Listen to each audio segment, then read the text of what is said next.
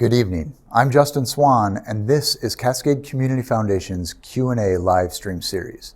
Tonight, a scene all too familiar, symbolic of so many grunge-era Hollywood movies, a troubled teen, a volatile household.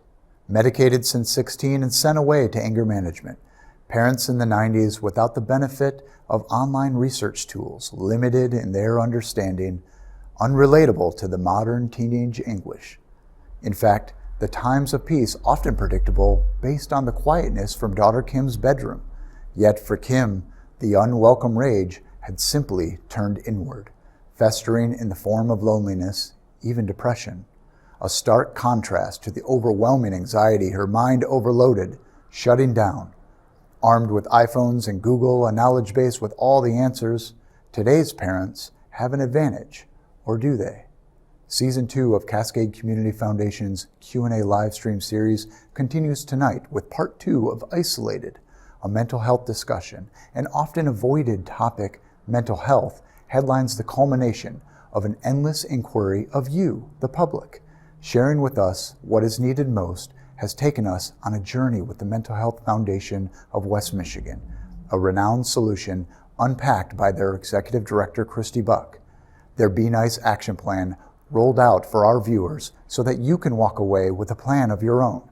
If you're the 1 in 5 Americans who will suffer from a mental health episode this year, or you know someone facing this very real and far too avoided topic, this episode may change your life. And now, with Part 2 of Isolated, Val Lego. Welcome to the Cascade Community Foundation's Q&A live stream series. I'm Val Lego, and today we're talking about a subject defined by many as very critical of our time, mental health. Whether you're 1 in 5 adults who face mental health episode this year, a loved one searching for answers, or someone discovering the subject for the first time, you should know the conversation we're about to have is extremely rare. Often unspoken and commonly untreated, people who experience chronic anxiety, severe depression, manic episodes, and other ailments have more in common than mental unrest.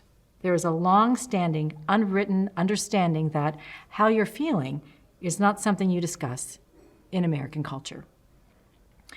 That's what's making our guest Kim Bode and her willingness to share her personal mental health story courageous, to say the least. So welcome, Kim. We've been friends for 15 years. Oh my gosh, has it been 15? It has been, I know. I appreciate you opening this up by aging both of us. We met in kindergarten. Yeah, right. We're still in our 20s, everyone.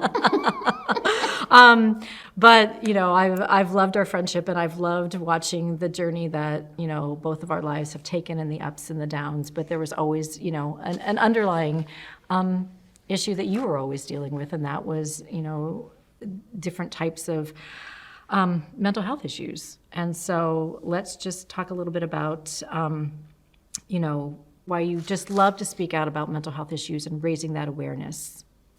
Honestly, I think it's long past time for the stigma, you know, to go away. I think, you know, now that we've been dealing with COVID-19 for almost a year, everyone's mental health has taken a hit. And I think that it's actually made it a much easier topic to discuss. And I think people are much more comfortable coming forward. I've always been outspoken about it. I think, you know, there is absolutely nothing wrong with it. I hate the term mental illness because I feel like it has such a negative connotation. And to me, like, you know, yes, I struggle with my mental health, but to me it's not, you know, it's not a negative. If anything, it's been a positive in my life. So I think it's really important that, you know, like Cascade is doing something like this where we're talking about it as it relates to like working professionals or, you know, a student or, you know, anybody. Like it's just long past time that this conversation be had and people not be viewed as, you know, defective because, you know, they do struggle with their mental health. So I just want to back up a bit and reintroduce you as, you know, the principal founder of 834 Integrative Communications, and of course you are a member also of the Community Foundation. board of directors. And so your company is sponsoring this series. Yes. And that just speaks to your passion that you have around it. You gave us a little bit of that, but involving your company in that too makes a statement about wanting to change the views around mental health.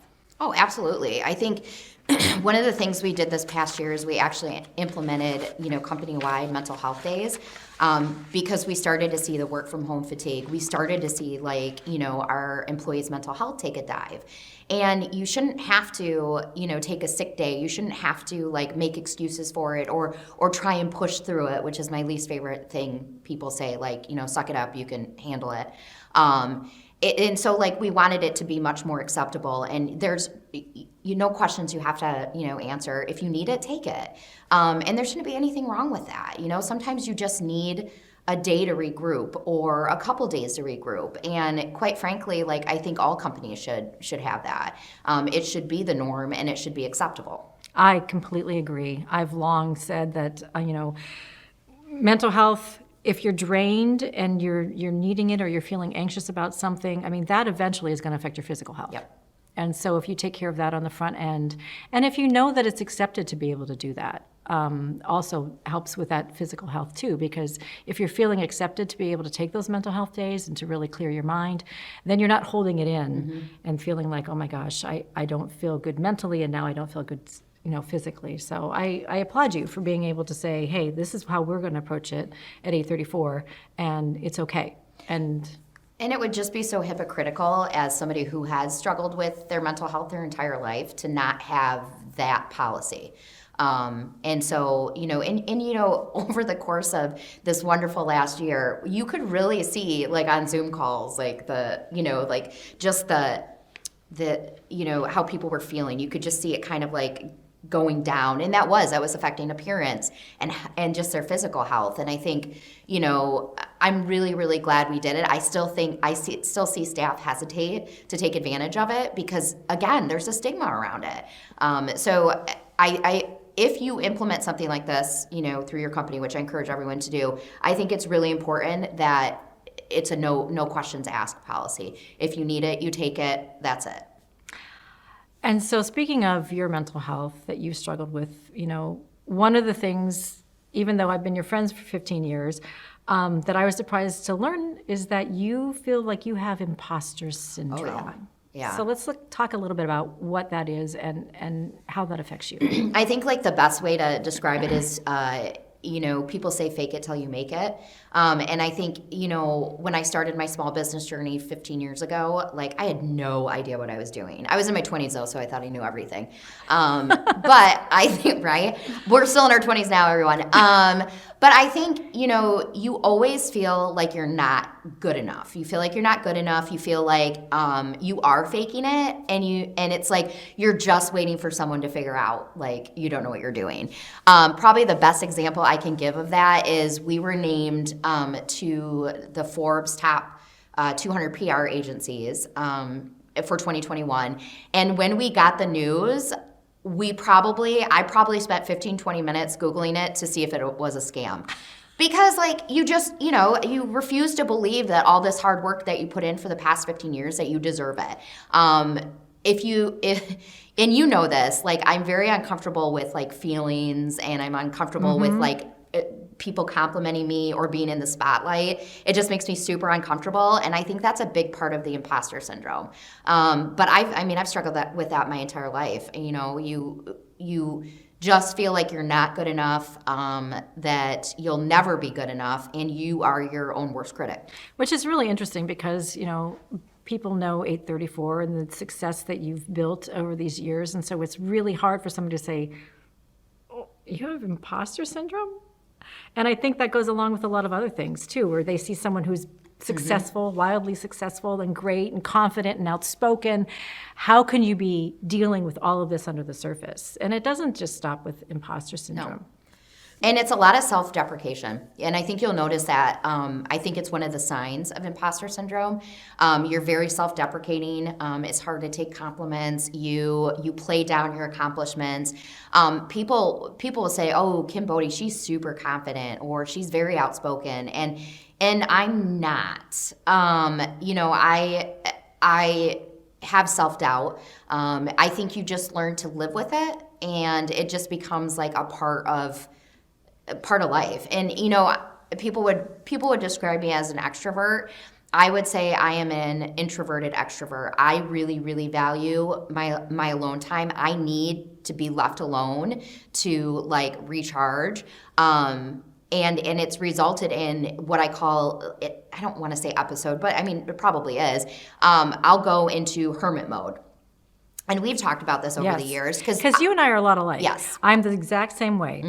People will say, oh, you know, you do all of these things out in front of the public. You must be an extrovert. I'm like, no, I'm an introvert who copes by having to be an extrovert. And I need that time alone to just rebalance myself and regroup. And so I totally understand what you're getting, or where you're getting at. And the other thing, too, is that it is kind of ironic that you are sort of known for your self-deprecating humor, and it is one of the things that people love about you, but it is also a symptom of that imposter syndrome. Oh, yeah. I mean, I'm not an expert by any means, but I can talk obviously to my own journey and into, my own struggles. And I do really think that that's a big part of it. And, when I was discussing kind of the hermiting, I'll go days without like talking to anybody. I won't answer my phone. I won't respond to texts. I hate when people call me anyway. So, I mean, just text me if you need me. But like, I won't respond to any, messages. If people try and come to the house, I hide. Like when you hide from the mailman or a delivery person because you don't want to interact with them. That's basically what I do during those hermiting stages. And it's not healthy, and it's hard to pull myself out of it. But I've also, I've come to just acknowledge that that's part of my mental health journey. That's part of like my process, I guess. So most people know you as Kim Bode, 834, this gregarious soul. But let's start at the beginning. Like, what was it like growing up Kim Bode? Oh man, there was a lot of mood swings. I think if you had to ask my little brother or my older sister what it was like growing up with me, they would have said volatile. And it's true. I mean, my mental illness, whatever, I hate that word, went undiagnosed for years. I mean, I started on medication when I was 16. But I had massive mood swings. I felt things like so raw, and I still do to a certain extent, but medication has really helped like balance that for me. So it's not like, it's like not debilitating. Like you can't get back from it. But very much, I mean, mood swings, anger, so much anger. I was very, very angry. Did I have a reason to be angry? No. I just was. It was like my go-to emotion. I felt like it was the only one I had. And frustration. The only time I would ever cry is when I got frustrated or super angry. I had a, pretty contentious relationship with my parents. I wasn't a rebellious kid. I didn't do drugs. I didn't drink. I didn't stay out late. I didn't do any of that. But I was mouthy. I really pushed like the boundaries of, and was pretty disrespectful to my parents. And I was hard on my sister too, she was placed into almost kind of a mother caretaker role because both our parents worked. And I think that, needless to say, as a teenager, that's not easy for you. But then to have to fight like this angry little like human all the time, I just can't, I cannot even imagine. So, but yeah, I mean, it was mood swings. It was a lot of anger. Did you recognize that your behavior was different than others, or did you have to have that pointed out to you by your siblings and your parents? Oh, it was definitely self-reflection years later. I would say probably, I'm not kidding you, probably my 30s. Because I think when you're in it, you blame everyone else for how you feel, and it's a journey to get to that self-awareness that wasn't normal, and that the trials you had as a child, or the contentious relationship you had with your parents was not their fault. solely their fault. It was, you have to, it took me a long time to realize like my contribution to it. And, I deal with it now by joking about it. I think that's how I deal with a lot of hard situations. Like my family's always been like that. Like if we go to a funeral, we're cracking jokes because we're very uncomfortable. And that's just really how I've kind of dealt with, I always deal with like hard situations in life. But no, I would say that self-awareness honestly did not come until my 30s. When would you say you had your last episode? Oh gosh, it's an ongoing battle. I think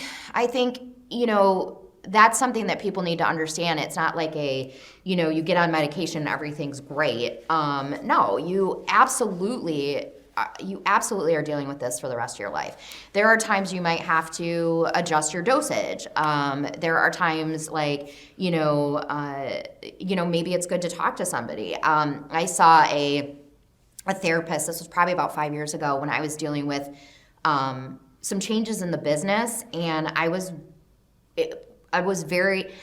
dealing with it in a healthy manner in terms of like, I always thought just work harder, just put more into it. And one of my employees at the time, who was like kind of my second in command, pointed out like the unhealthy relationship I kind of had with the business. And so I started talking to somebody, and that was another level of self-awareness. And I think as you continue to get older in age, I think it changes. I mean, as women, we get the raw end of the deal. We have PMS, we have to go through menopause. So your hormones are all over the place, and then throw like your, mental illness on top of it. And it's something that you're dealing with the rest of your life. And then there's the people that say, well, you should be able to manage this without medication. To which I say, if it's out there and if it can help you, then take it. Why are you punishing yourself? There's absolutely nothing wrong with that. But I would say, probably this weekend, Val, I hit I was like, I can't talk to people. Probably Sunday, I was in bed all day. And it's not, I'm not laying there like in the fetal position, but it's like, I'm surrounded by 6 dogs, so it's fine. But it's just like, you're just so mentally exhausted. And I do think exhaustion is a big part of depression as well. And I think, for me, it's always been mood swings, but then also like kind of these pockets of depression. And so, medication, like I said, has really helped me deal with that and pull myself out of it. But also having individuals in my life that recognize it and kind of know when to step in. So, but you have to open yourself to that help. You have to be willing to talk about it and not be embarrassed by it. I think you've done a really good job of that. You're making it sound like it's not difficult for you to talk about this, but is it? No, it's always uncomfortable. I don't like talking about my feelings, but I have always known that I am in a unique position and I am visible, so that if there's an opportunity to help somebody by telling my story or talking about my struggles, then absolutely. Because I do think the stigma, we need to remove the stigma around mental health. There is nothing wrong with you. There is nothing wrong with you. I want people to know that. There is absolutely nothing wrong with you. And just because you struggle with these things, it doesn't mean it makes you less of a person. So you surround yourself with a great tribe of women. You've got, your small circle, your bigger circles. You've got a really great network of women. If you would have to look at all of those faces, how many do you think have a struggle? How many do you know have a struggle, or have you recognized? Probably the majority of them. I think really, really, so I surround myself with very, very strong women that will call me out, women that will, this is a joke, but would bury a body for you. I feel like I should preface that because that's not happening anytime soon, but soon. But I think there's a lot of women that are in leadership positions or powerful positions, that have imposter syndrome. Because I'm not a parent, but I see working moms, and I have moms that work for me, and it's a balance between feeling like a good employee and a good mom, and a lot of times you fall in that middle where you feel like you're failing both. There is extreme amount of pressure on women, especially in today's society. And I think the majority of the women that, that I'm closest to also like have their struggles, and we talk about it very openly. And we're also the ones that are knocking on each other's door, like, get your ass out of bed. You're coming with me, we're going to do something. And, they're also the ones when I'm sick in bed that will bring me soup or let the dogs out, so, and it's not a big group, but it's a group of women that like I trust beyond, compare. And I think that's an important note too. Like I love my husband, I adore him, he's amazing, but he doesn't understand this. He doesn't understand, like mental illness.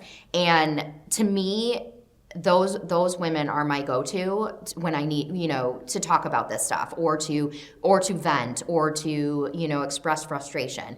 And it's not that he won't listen. It's just that I know that they have similar circumstances or they've encountered the same struggles. So I think that's really important, that you have like go-to people, like people that you can talk to about this, that absolutely will not judge you. People that won't judge you, but they're not just listening for the sake of listening. They're Yep. listening and understanding, and also maybe even get it because they're Yep. doing with it too. Yeah.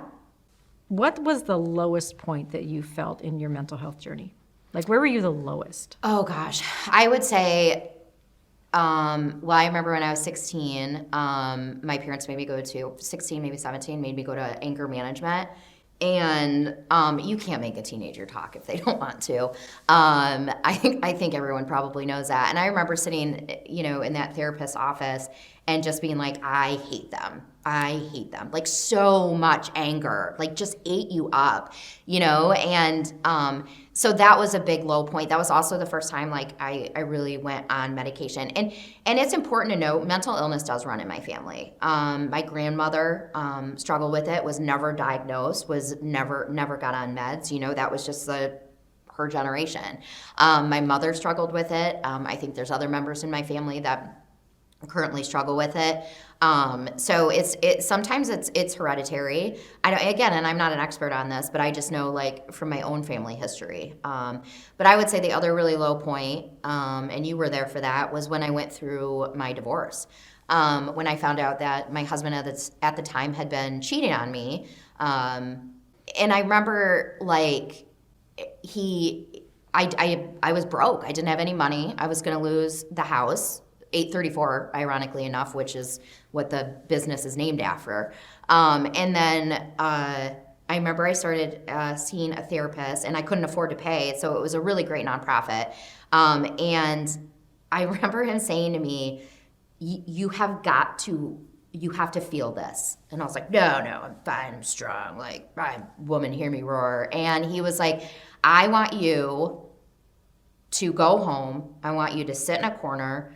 He's like, you need to drink wine, whatever, bottle of wine, 2 bottles of wine, and I want you to just sit there, and I want you to cry. I want you to feel. Did you? I did. Yeah, I did. And I honestly think that the reason I've been married 10 years to my husband is because I was able to I had to get past that. I had to emotionally deal with that. And it was the lowest point. I mean, I lost my house. It got foreclosed on. I had to shut my business's doors for a year. I ended up working for a very misogynistic man for about 9 months. And then I worked at another agency. And then these strong women that I surround myself with said, what the hell are you doing? All of those clients are yours. But I had taken such a hit in like the self-esteem and confidence realm that I was like, I can't do this anymore. And I remember kind of, my dad had worked at GM for 30 years and him just being like benefits and insurance and you've got to have all these things. And I'm thinking, I don't even know how I'm going to feed my dogs. And I had to choose what pills I was going to, or not pills, I had to choose which bills I was going to pay, and it was like, okay, my car, we can live in that if worst comes to worst. And it's not, I've got, somebody would have lent me the couch, but that was definitely the lowest. But I think it also made me the strongest. I think 834 is what it is today because of that. I think those women that pulled me out of that deep, deep hole are still in my life today. And I look back at it now and I think it was a blessing. You know, it was totally a blessing in disguise. When you're going through it, you're thinking, wow, this is really the worst. This is awful. But Here's what I'm noticing about this conversation we're having. It's a little clinical, and you're not giving me that emotion that therapist asked you to feel. Is it hard for you? You just want me to cry. To still, is it hard for you to tap into that? Is it hard for you to get that feeling? I would say I probably avoid a lot of things that would make me feel. And why do you think that is? It makes me uncomfortable. I won't watch movies that have dogs in it because they always die.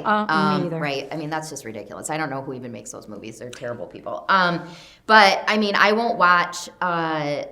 I watch action films because I don't like to watch like dramas because it's gonna give me anxiety. You know, my anxiety is part of my mental illness. So like I can't watch shows that like my anxiety will build and I'm just like I can't handle the problems that these like The Undoing, you know, like that movie miniseries on HBO with Nicole Kidman and Hugh Grant.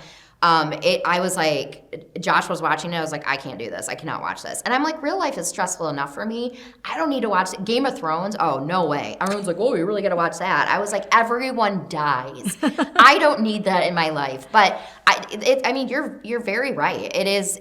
I have a hard time, I think, tapping into that emotion. Like I told you, my go-to emotion is still anger to this day. I have to work really hard to monitor my reactions to things and, you know, and take a step back and give myself a second before I respond.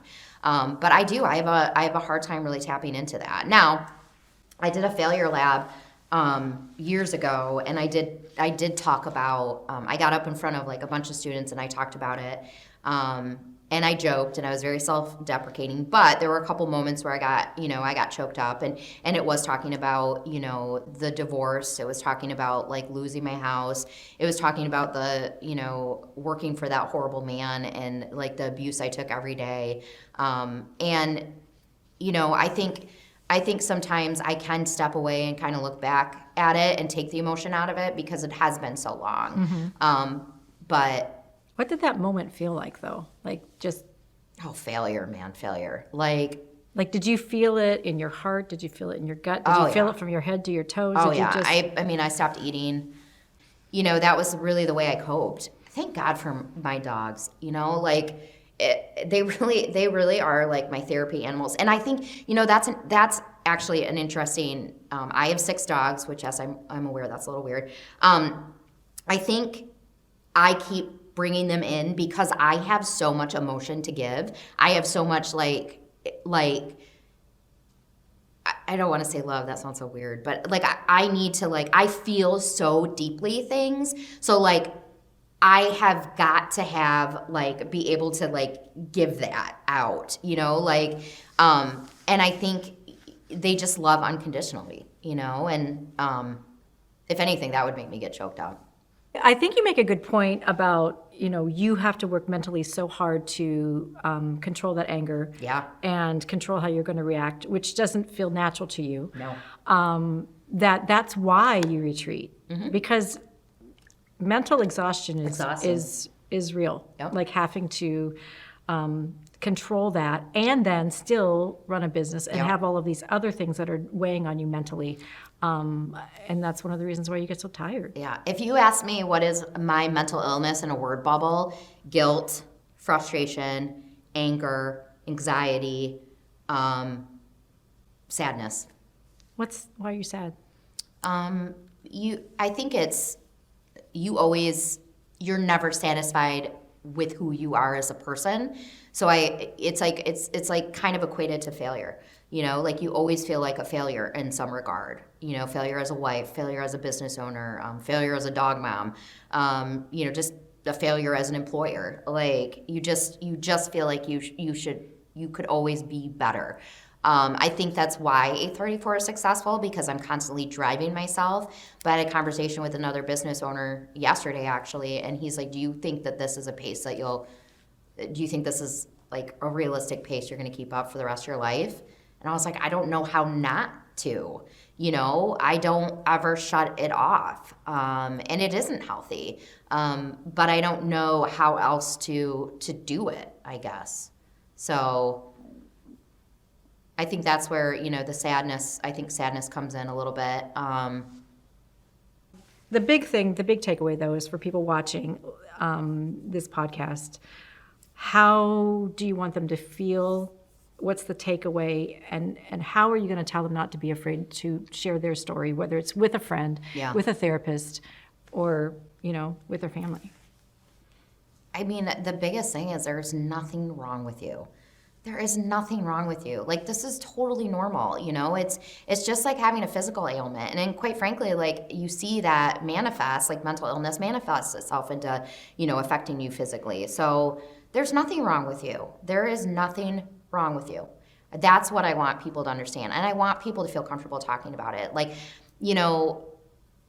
I never was like, oh, I'm going to be like a spokesperson for mental health. I just feel like it's long past time that it's perfectly acceptable. You can see somebody who is successful. See, it's uncomfortable to call myself successful, but you can see somebody who is successful and is living with this, and it'll be something I struggle with for the rest of my life, and it kills me to see some of my younger family members going through the same thing. And it's very early on in their struggle, and I just wish I could help them. Like, it's hard to be a teenager and to struggle with this. And you see it, unfortunately, you see it in the rise of teen suicides. Like, but people have got to talk about it. If you don't talk about it, then you are going to hurt yourself. And it's just so sad to me that as a society we view it as a weakness. I feel like it's almost my hidden superpower. It's not, it's a struggle, but it's also, I get up every single day and I say, yep, I live with this, but it's not going to win. And I think it's made me a stronger person. And I do, and I think I do feel things very deeply. I just have a hard time talking about them. I do that alone in the dark. No, I'm just kidding.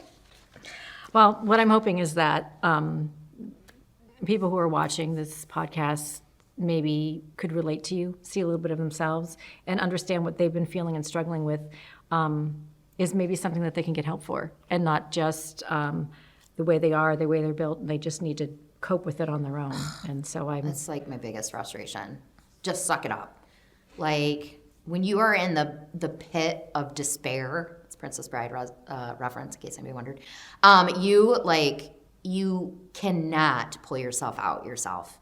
Like, you need help, you need a person, you maybe need meds, but you are strong for asking for help. That is not a failure, that is not a weakness.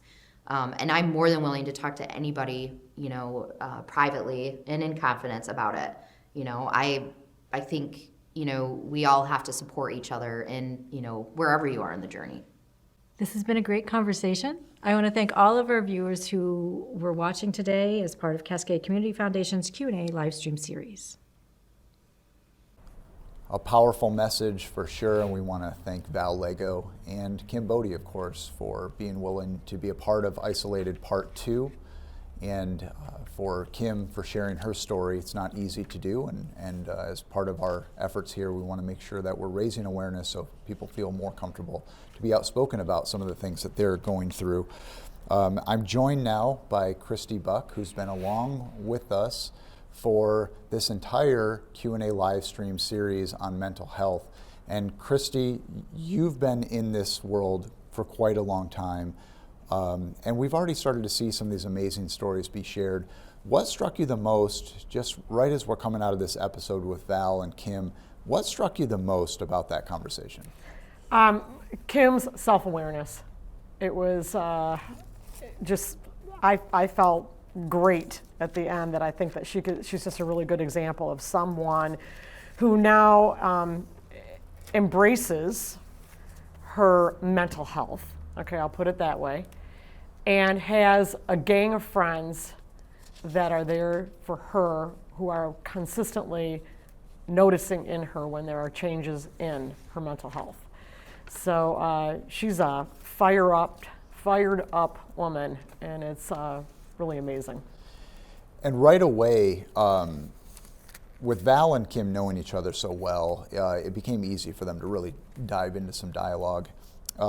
Right away, Kim, you feel from her the boldness, and she's unabated in admitting to this world, hey, I struggle with this. How does that strike you in terms of getting into the Be Nice curriculum and being for Notice? How did Notice play in, and where were you capturing that from Kim?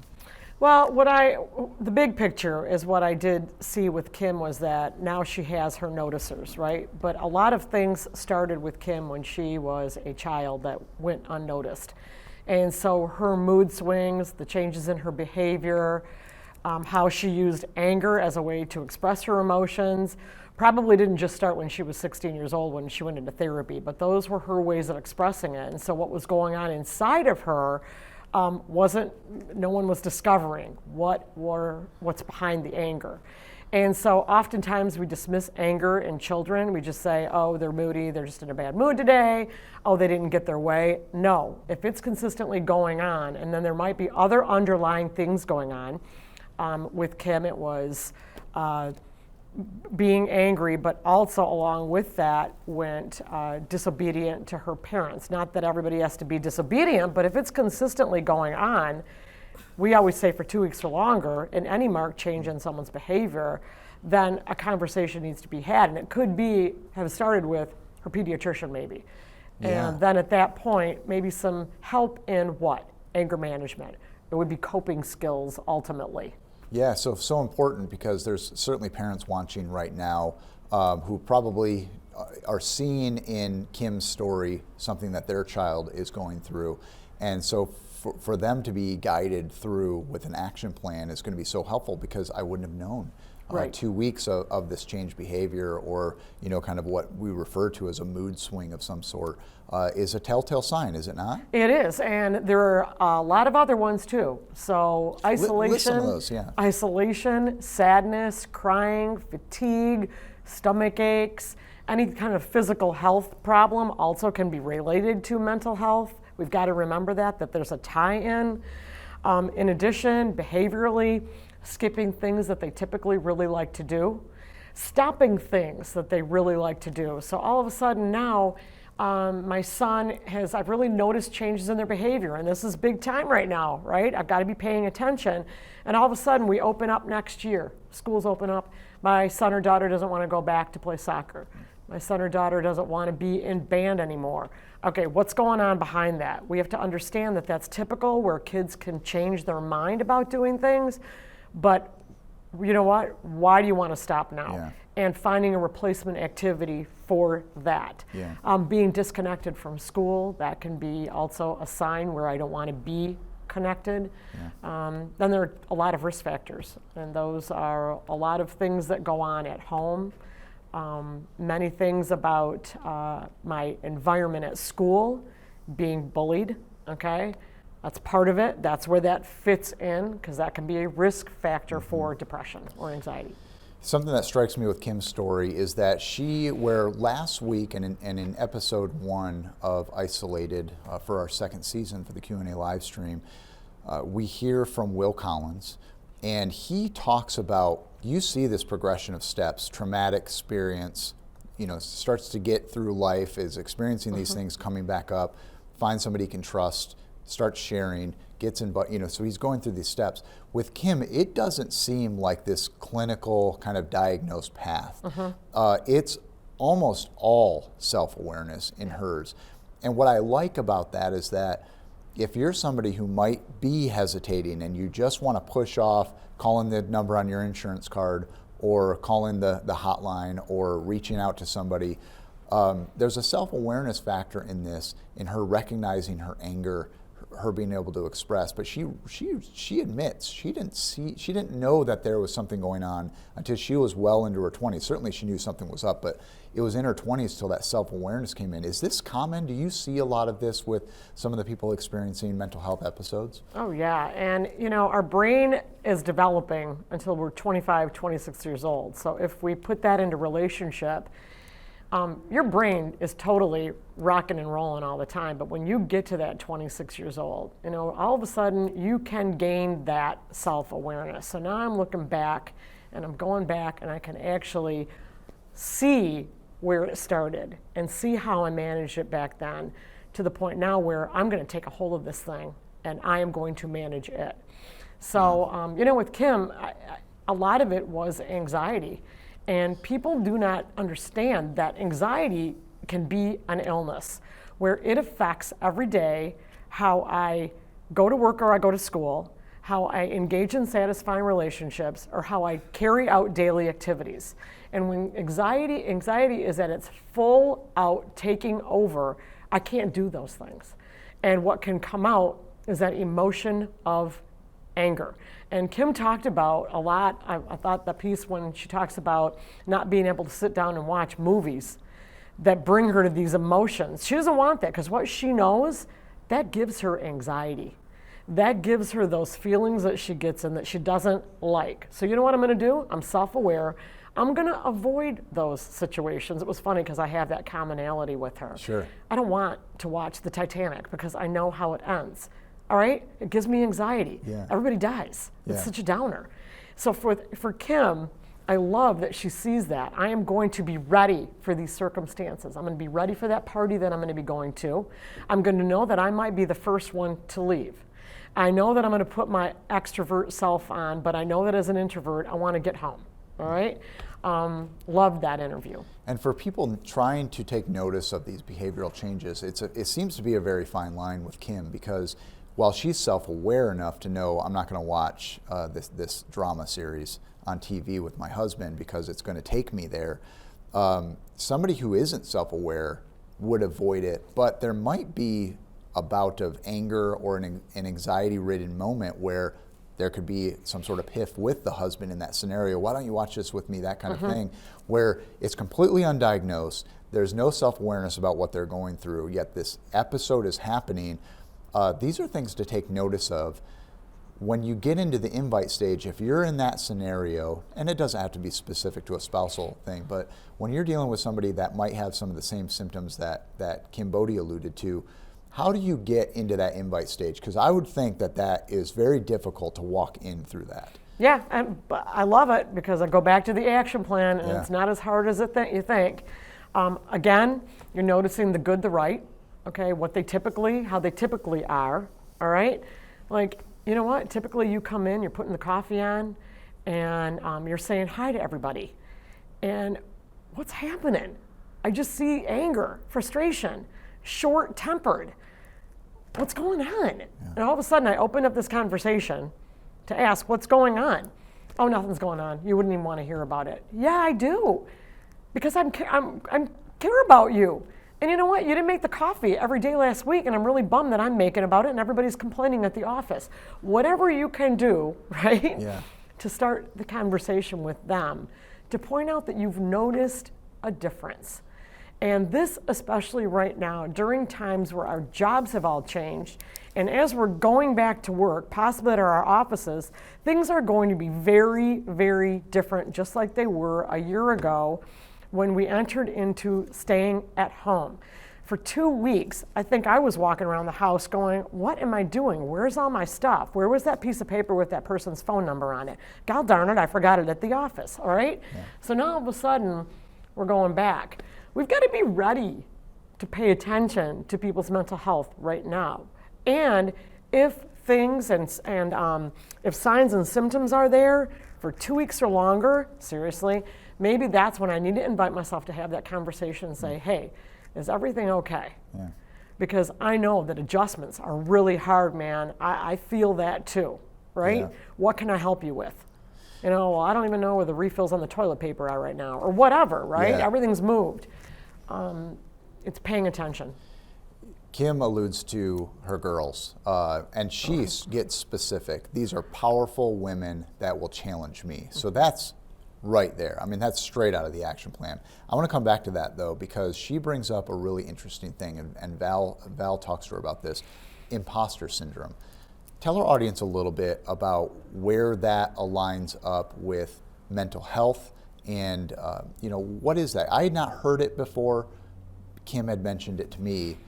And now I'm completely fascinated with it. What is that, and how is that playing a role? Well, I think she did a really good job at describing exactly how she sees it within herself. And it's, as we all know what an imposter is, it's giving this false view of who I really am. Yeah. And I'm out there, really, and whereas really what's going on inside of me is where I keep that in. And Yeah. I'm putting the face on. I'm going along with the game. Right? Like Yeah. everything's okay and all right when it really isn't. And so that's where we want to make sure that we've got the powerful people in our life. And that doesn't mean money power. That means the powerful people in my life who are going to tap me on the shoulder and say, hey, get over there. I know what's going on right now. Yeah. This is scaring the heck out of you right now. Or this situation, these people that you're involved with right now are not making you feel good. And I think every now and then all of us go through that. I mean, we're in a world that's constantly changing, and it's like, well, I got to put on that happy face. As parents, we often do that, right? Yep. Who am I really? And we all got to look in the mirror sometimes and say, I can't handle this right now.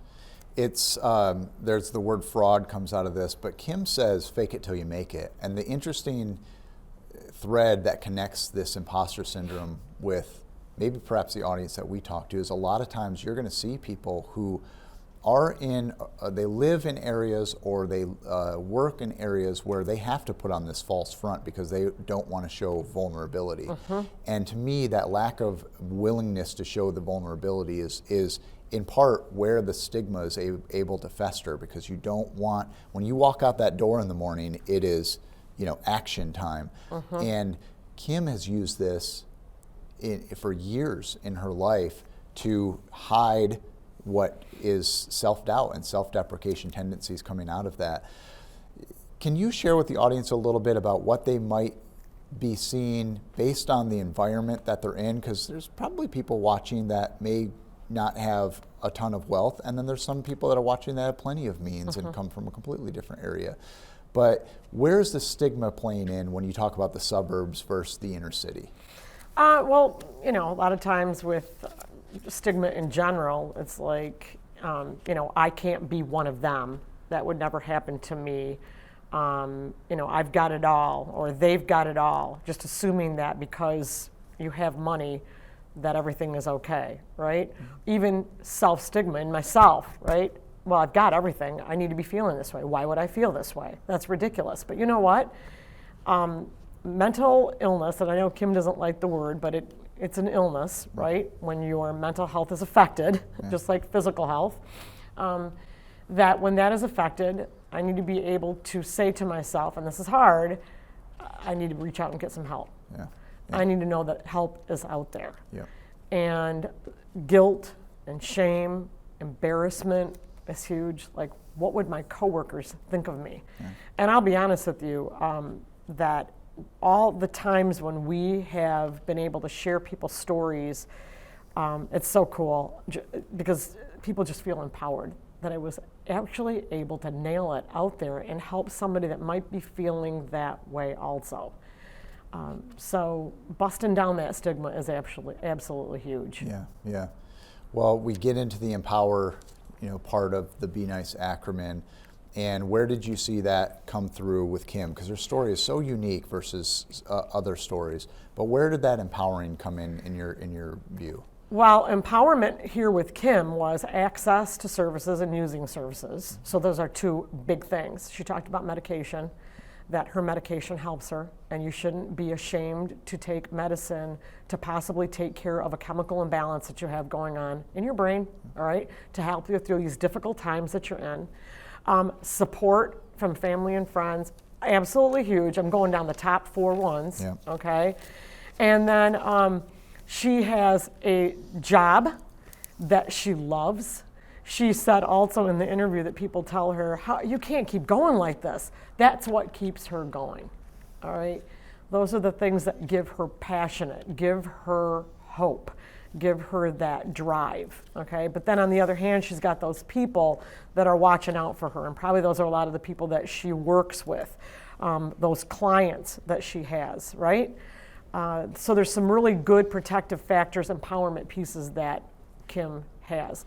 And again, self-awareness, knowing that when she's not doing well and when she's finding herself cuddling up under that blanket, it's okay tonight. I'm going to go home and cuddle up under my blanket. But if it goes on, and that's what I'm consistently doing, right? 2 weeks or longer, gauging that, then that isn't good. Yeah, and she talks about that, about having some friends that know this about her and probably love this about her, but they know when it's gone too far. And in fact, for those that are watching at home, Val even alludes to having some of these tendencies. And you see somebody who is in front of a camera and is putting this on every single day, and she too likes to isolate herself to recharge. But there comes a fine line where you've got to be, understanding where you've been isolating a little bit too long, for this to be healthy. Oh yeah, and a lot of people use that. They need their alone time, right? Yeah. And they can call it what they want. But that's where I have to be paying attention. And as someone, for Kim, her risk factor now to have depression is that she already has an underlying mental health disorder, mental illness, right? Which anxiety. Yeah. So now I need to be aware that she is at risk to possibly develop depression because of that. All right, so I need to be paying attention at all times. Kim also has another risk factor that she shared with us, and that is genetically, right? She has a predisposition, a mother and a grandmother that both struggled. So that also, again, as young people, we need to be reminded that we need to be talking about maybe my bouts when I had depression, or for me personally, Christy Buck, that my mom struggled with depression.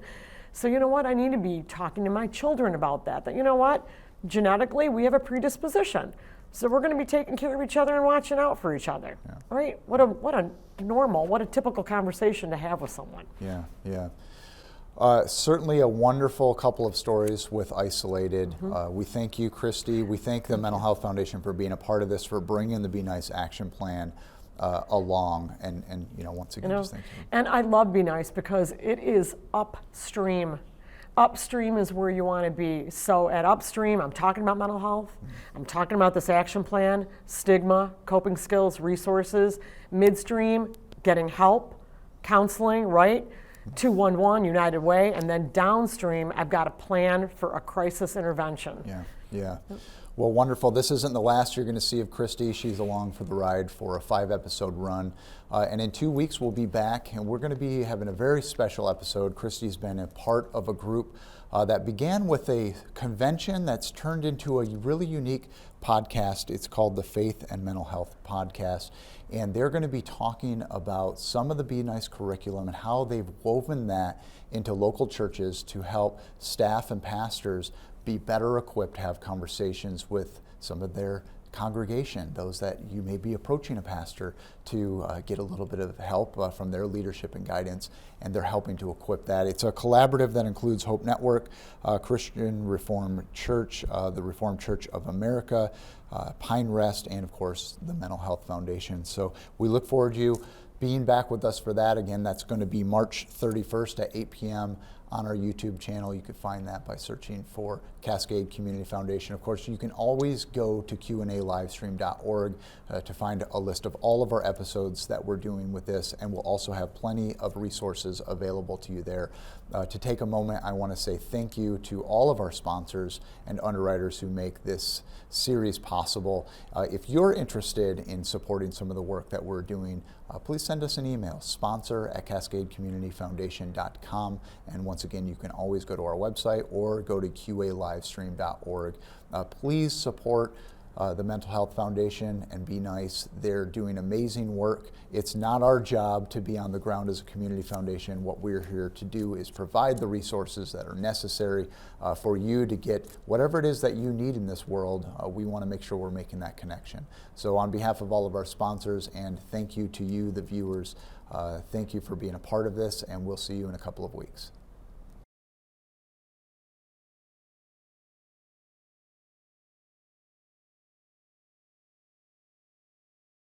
Thank you.